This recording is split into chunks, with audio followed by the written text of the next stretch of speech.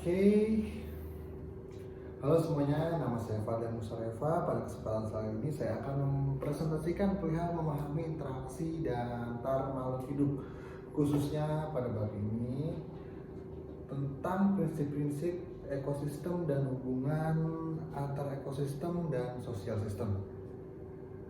Oke, dari pembahasan ini besar harapan saya kita semua akan memahami dan dapat menjelaskan tentang bentuk-bentuk dan pola-pola kehidupan makhluk hidup. Langsung saja kita masuk ke presentasinya. Yang pertama itu kita ada prinsip-prinsip ekosistem. Prinsip-prinsip ekosistem menggambarkan aturan dan pola mengatur interaksi antar komponen biotik ataupun abiotik. Berikut ada beberapa contoh ekosistem, prinsip-prinsip ekosistem. Pertama ada keseimbangan ekosistem.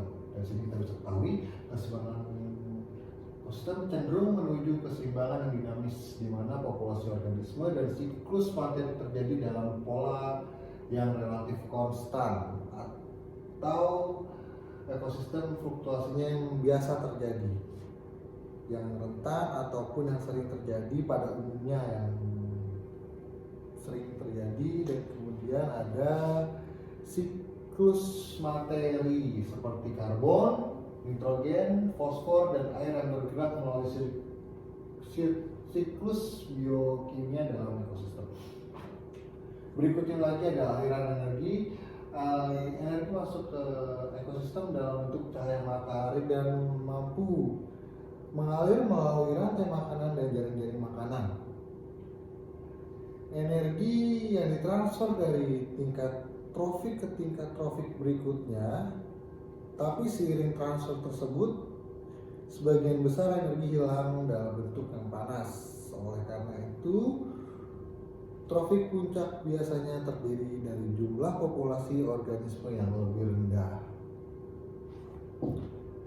Next, berikutnya ada ketergantungan antar spesies, yaitu spesies dalam ekosistem paling tergantung dalam satu sama lain dalam bentuk kerjasama dan kompetisi. Misalnya, hubungan simbiosis seperti mutualisme, parasitisme. Ada pula contohnya yaitu interaksi antar spesies yang menunjukkan ketergantungan. Berikutnya lagi ada keragaman kehidupan.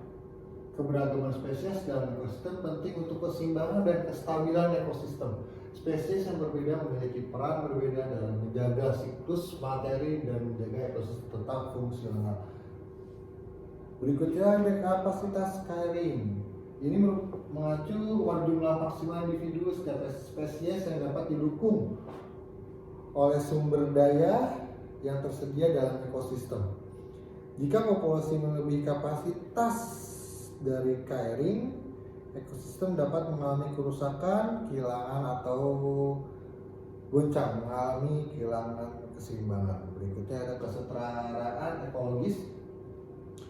Prinsip yang mencerminkan adaptasi dan interaksi yang lebih dalam ekosistem. Organisme berkembang melalui proses evolusi sehingga memiliki karakteristik yang memungkinkan mereka bertahan dan dari lingkungan tertentu. Kemudian ada keterkaitan ekosistem. Ekosistem yang tidak berdiri sendiri, tapi saling terhubung dalam skala yang besar. Misalnya hutan hujan tropis yang dapat berdampak pada pola cuaca global. Semakin banyak hutan tropis yang ada di bumi ini, maka akan semakin sejuk, akan semakin segar udara yang kita hidup. Dan lawan katanya atau lainnya adalah semakin sedikit hutan tropis akan semakin berkurang energi yang dapat kita hirup. Kemudian ada daur ulang dan daur hidup. Banyak materi yang nutrisi dalam ekosistem mengikuti pola daur ulang, daur hidup. Organisme mati, urai, kompres dan kembali menuju bagian dari siklus biokimia. Berikutnya ada ketidakpastian. Ekosistem ini sistemnya kompleks yang dapat berpengaruh oleh perubahan ilmiah ataupun manusia.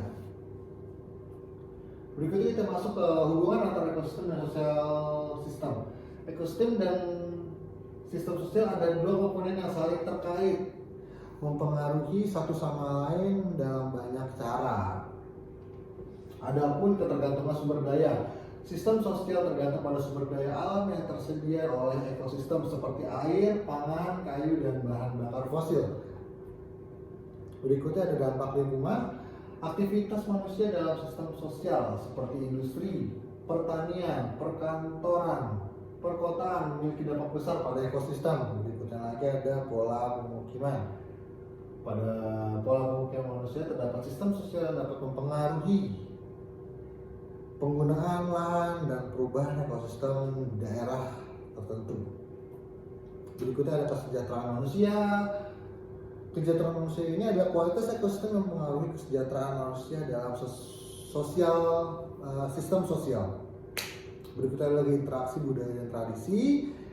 Budaya dan tradisi masyarakat dalam sistem sosial seringkali terkait dalam lingkungan dan ekosistem di sekitarnya.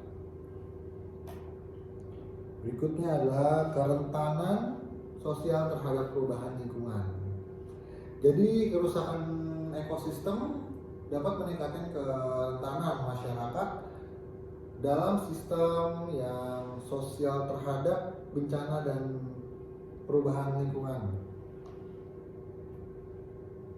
Ya, saya rasa cukup presentasi dari saya. Saya harapkan teman-teman dapat menerima, dapat memahami apa saja dari presentasi singkat ini, yang tentunya ini hanya sebagian kecil dari bab untuk memahami interaksi antar makhluk hidup.